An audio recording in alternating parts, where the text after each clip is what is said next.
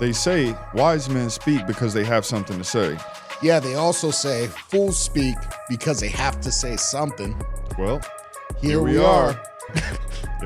Yeah, we bit that one. Well. Relax. Hey, what's going on, everybody? Welcome back to another episode of The Gambler and the Guardian. I'm sitting here with Mr. Joel Greene, who's an outstanding man. He's a very interesting character, man, that I met here at AI Marketing World 2025 here in Dallas. And we're just going to sit down and chew the fat a little bit and, learn a little bit about Joel, learn a little bit about Joel's company and the products that it has. And, Joel, where are you originally from, buddy? Bay Area. You're from the Bay Area. Yeah. Where are you from? Well, I was born in I was born in Monterey, and lived the first part of my life in a little ghetto town called Seaside. Oh wow, I know it quite well. Yeah. So it's kind of funny. Like we lived. It's funny to hear a ghetto town in Monterey, right? People don't understand. Well, like so back then.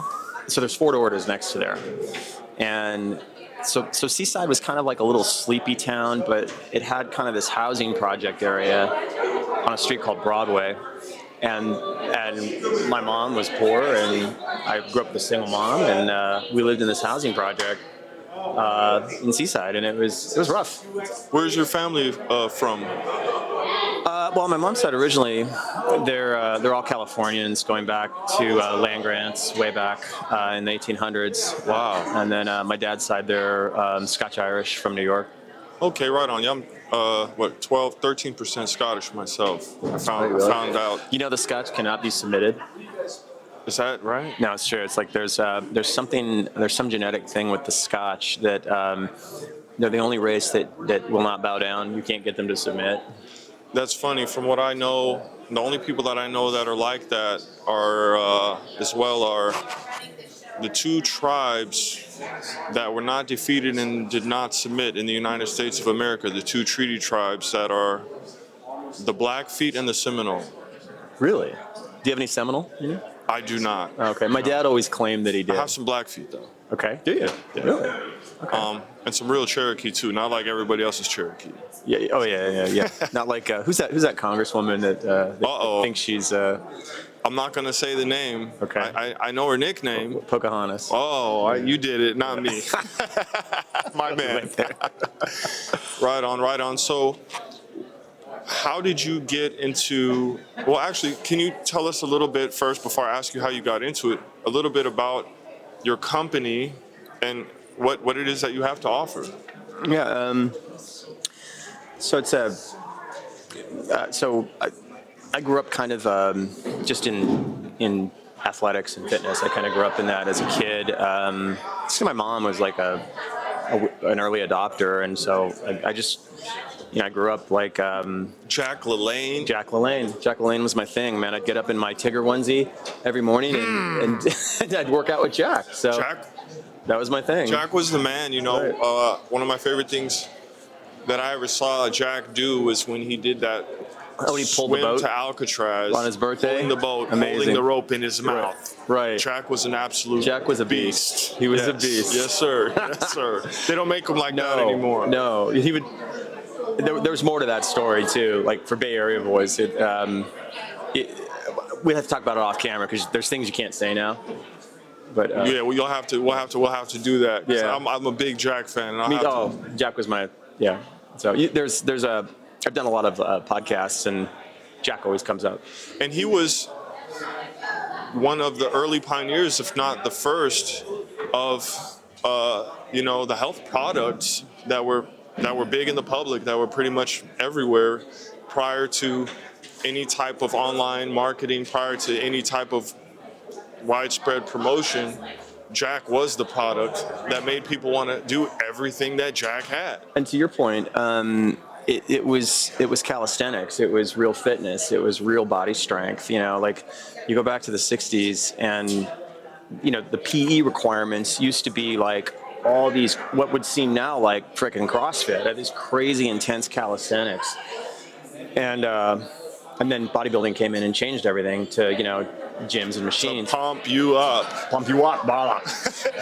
That's why that's what one of the things that attracted me to jiu-jitsu was one thing was that 95% of street fights is said end on the ground, and the other one was that I'm a very strong person physically, uncommonly strong, and I learned that functional strength that is practiced between humans will always trump that of people. They might be able to lift more weight than you when they are pumping all that iron, but they can't beat the strength of another person that tussles with humans all the time. We are drinking. Yep. So I just turned 60 this past year. Really? Yeah. Man, you're a stud, dude. No, thank you. But You look great, man. where I'm going with this is all I do now is functional stuff. I do a lot of training for track and field stuff where I'm jumping upstairs with weights and Bounding. and long jumps and just. So you have good knees still.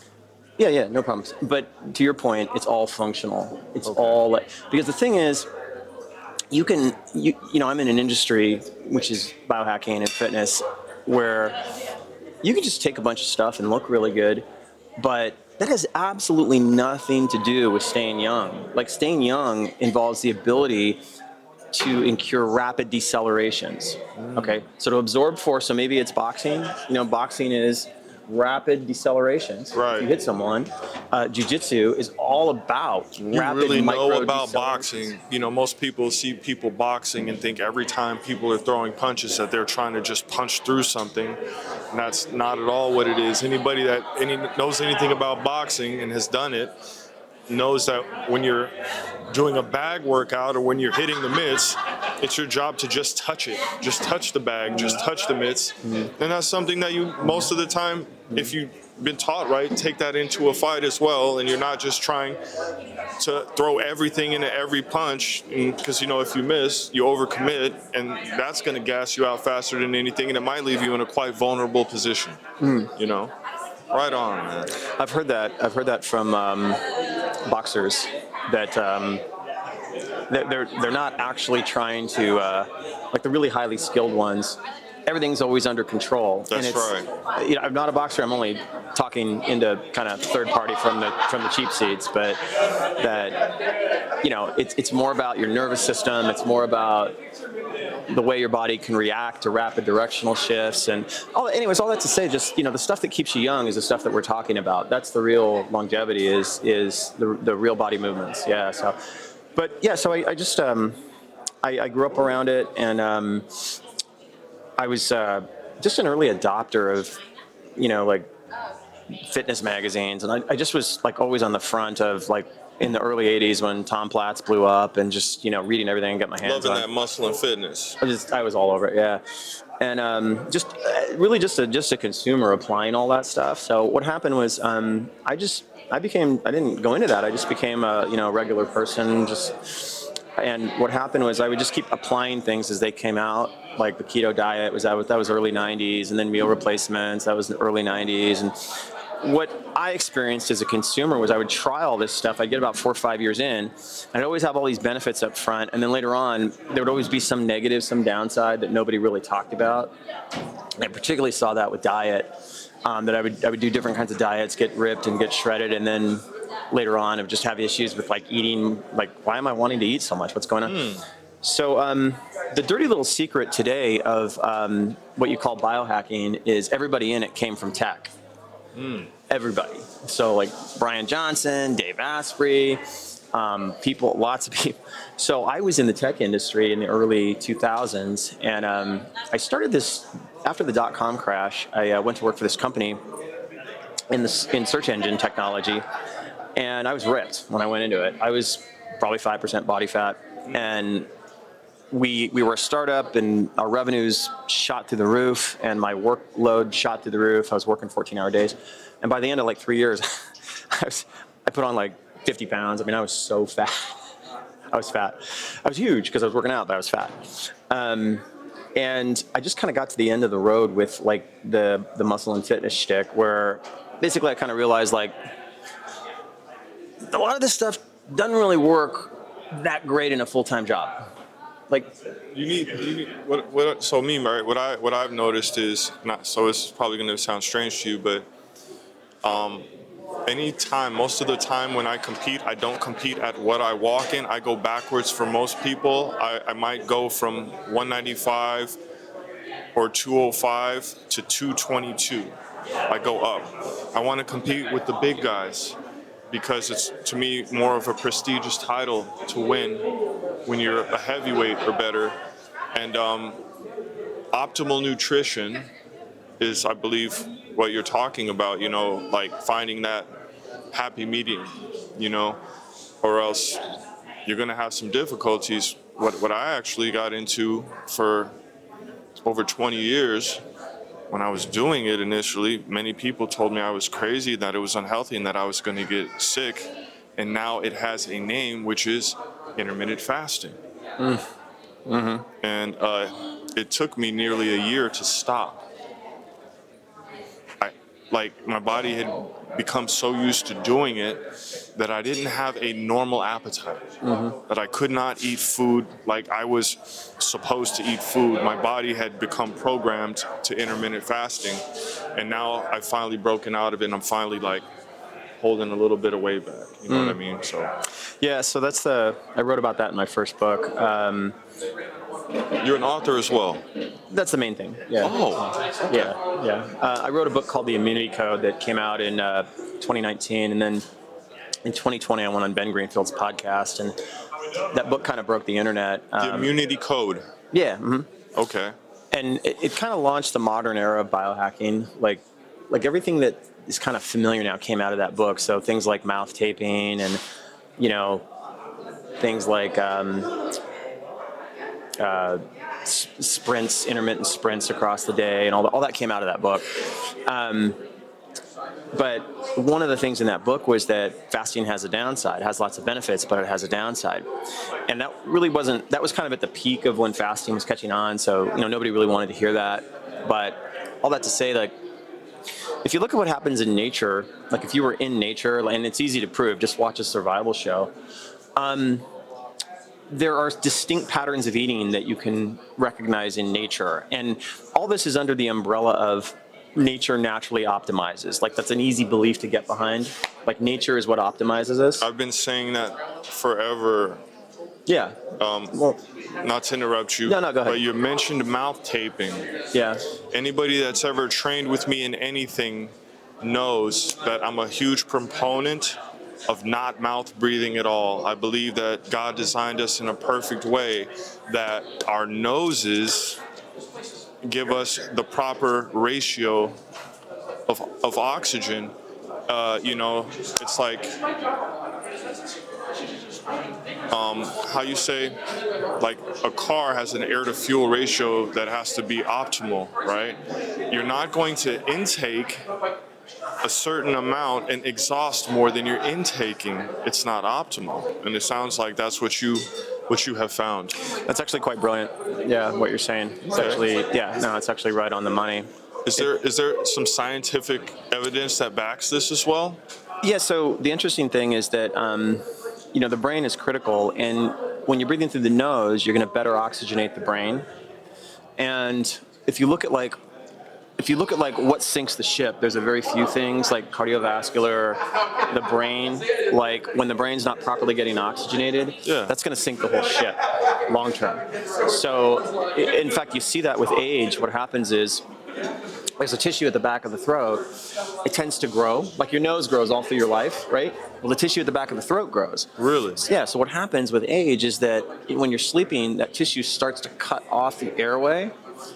So if you're a mouth breather, then you get into this kind of thing.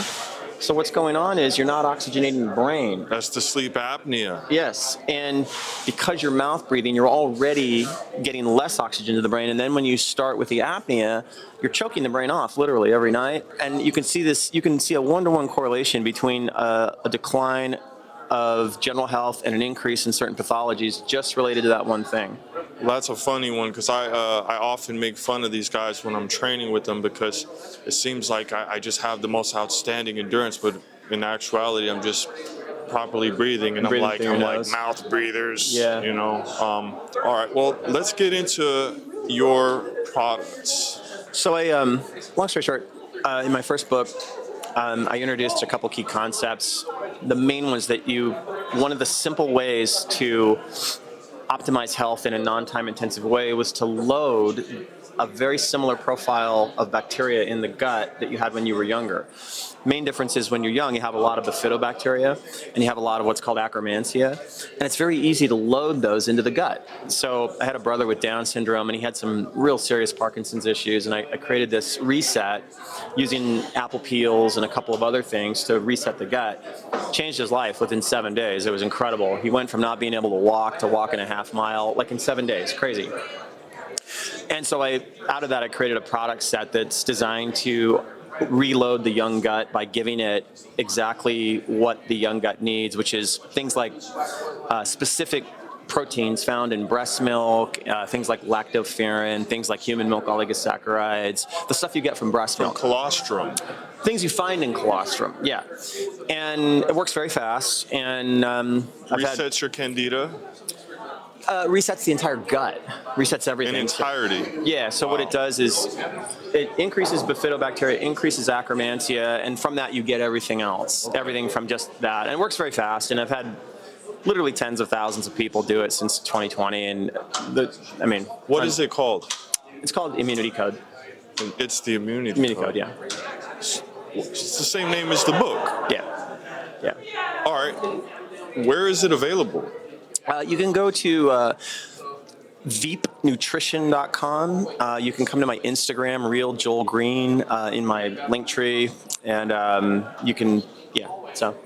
All right, absolutely. I'm going to get your information, and in this video, when we post it on YouTube, we're going to leave a link in the bio for these products so everybody knows where to go get them, because it sounds like this is something of high value that a lot of people might need and don't even know that it exists. Yeah. Okay. Yeah. Right on, man. Well, we don't have all the time because we're here at AI Marketing World, and we're somewhat limited to time, but I want to thank you for sitting down with me. Thank you. And conversing. I wish we had a lot more time to talk, and we should do this again sometime. I'll come up to your place and we'll do the long form. Outstanding. Joel, it's a great pleasure. Yeah, likewise. Nice to have you on. Yeah. Once again, guys, this is Nathan, the Guardian, here, Gambler in the Guardian, with Joel Greene. Thank you guys for tuning in, and we'll see you next time. Thanks, guys.